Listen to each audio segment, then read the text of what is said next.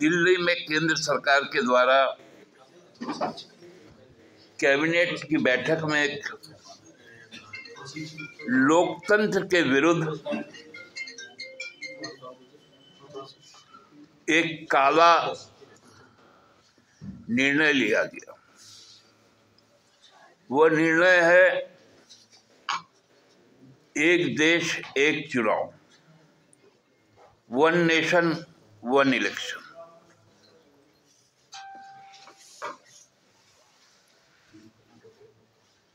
(1950) के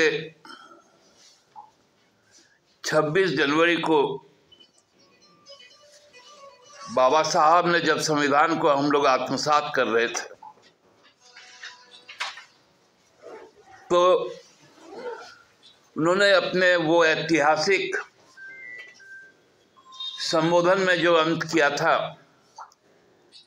वो आज भी जो भी लोकतंत्र पसंद लोग हैं उनके कानों में गूंजता होगा। उन्होंने एक आशंका जताई थी कि यह देश कहीं सामाजिक लोकतंत्र को खोकर अधिनायकवादी ना बन जाए और तानाशाही देश ना बन जाए।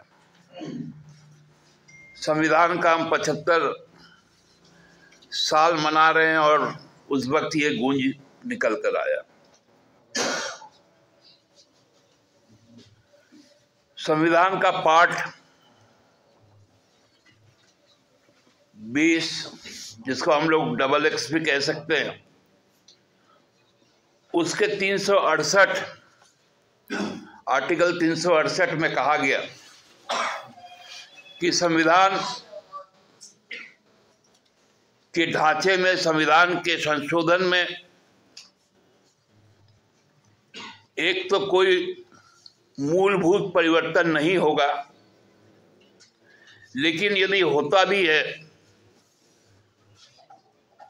तो वो 2/3 सदस्य जो संविधान के तहत लोकसभा और राज्यसभा है उस सदन से पारित होना चाहिए और उसका रेफरेंडम राज्य के 3/4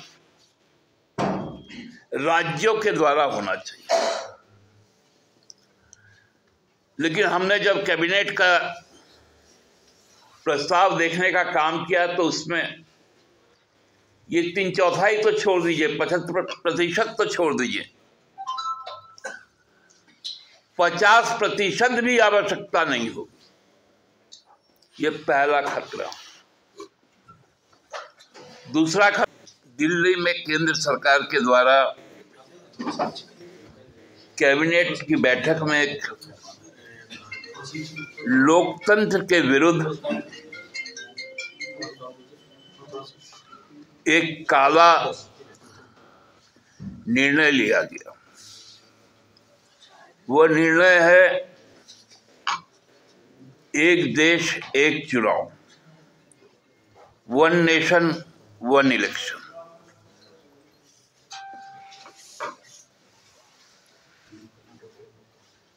(1950) के 26 जनवरी को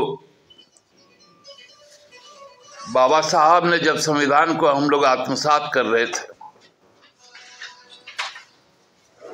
तो उन्होंने अपने वो ऐतिहासिक संबोधन में जो अंत किया था, वो आज भी जो भी लोकतंत्र पसंद लोग हैं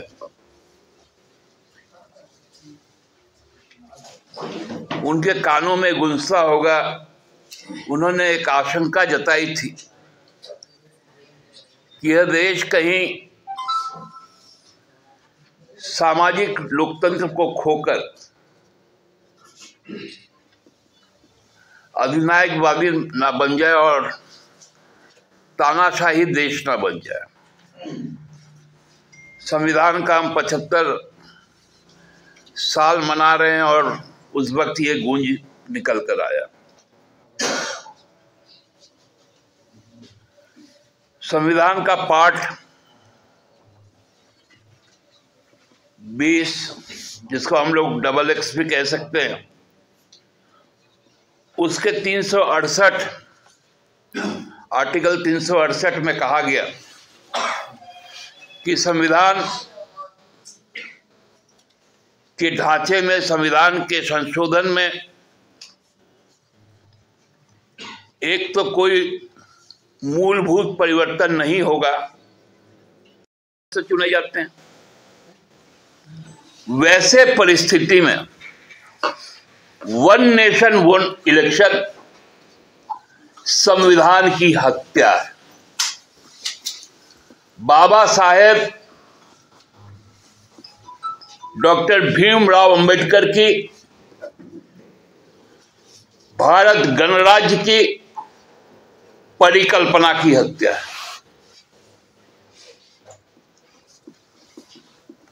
आप बताइए ये कैसा संभव होगा जब आर्टिकल 333 कहता है कि सदन, एक सदन से दूसरा सदन अधिकतम 6 माह का ही के अंदर ही उसको बुलाना पड़ेगा। मतलब वो आर्टिकल भी आप समाप्त करने जा रहे हैं, क्योंकि जहां 25 में चुनाव होगा, 27 में चुनाव होगा, 28 में चुनाव होगा,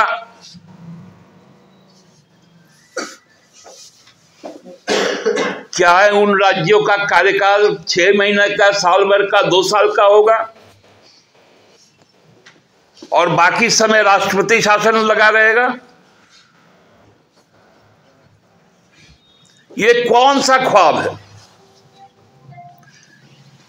क्या यह संघीय ढांचा पे आघात नहीं होगा? जो हम लोग कोऑपरेटिव फेडरलिज्म की बात करते हैं, केंद्र राज्य की बात करते हैं, हम जानते हैं कि कानून बनाने की शक्ति केंद्र को भी है, राज्य को भी है, कुछ मुद्दों पर दोनों को है। क्या वो शक्तियां समाप्त नहीं हो जाएंगी?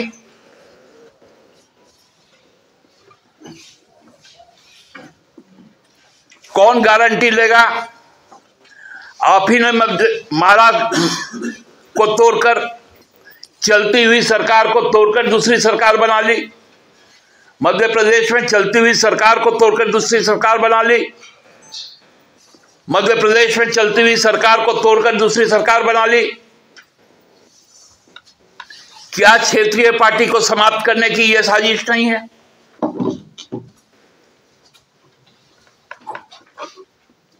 क्या हम जैसे जो क्षेत्रीय दल, जो भाजपा जैसे लोकतंत्र विरोधी शक्ति को अपने राज्य में रोक देते हैं, राजद रोक देता है, तृणमूल रोक देता है, बीजद रोक देता है, द्रमुक रोक देता है,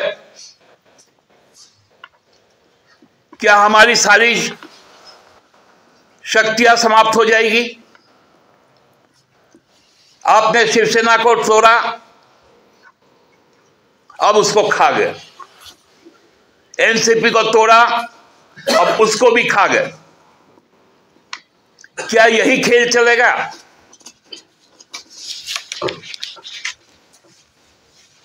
हमको लगता है बहुत भयानक अंधेरे की ओर हम लोग जा रहे हैं, और ये पूरी कार्रवाई भारत के बुनियादी सवालों से मुंह मोड़ने के लिए।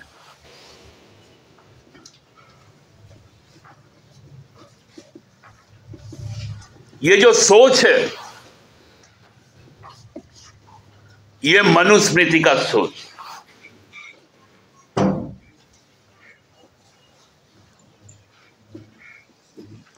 उनकी जाति श्रेष्ठता की सोच है, सत्ता श्रेष्ठता की सोच।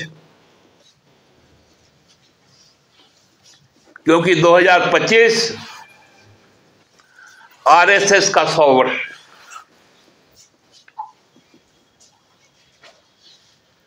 इसी के साथ इनकी जो प्रवाह है वो आगे बढ़ रही है।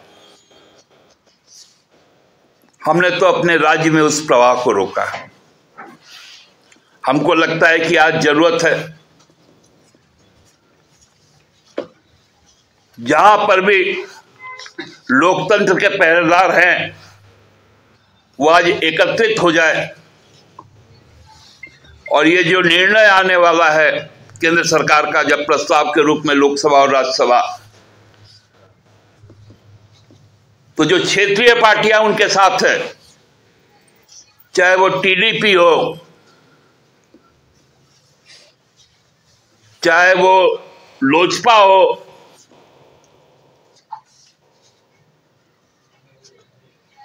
या अन्य पार्टियां हों,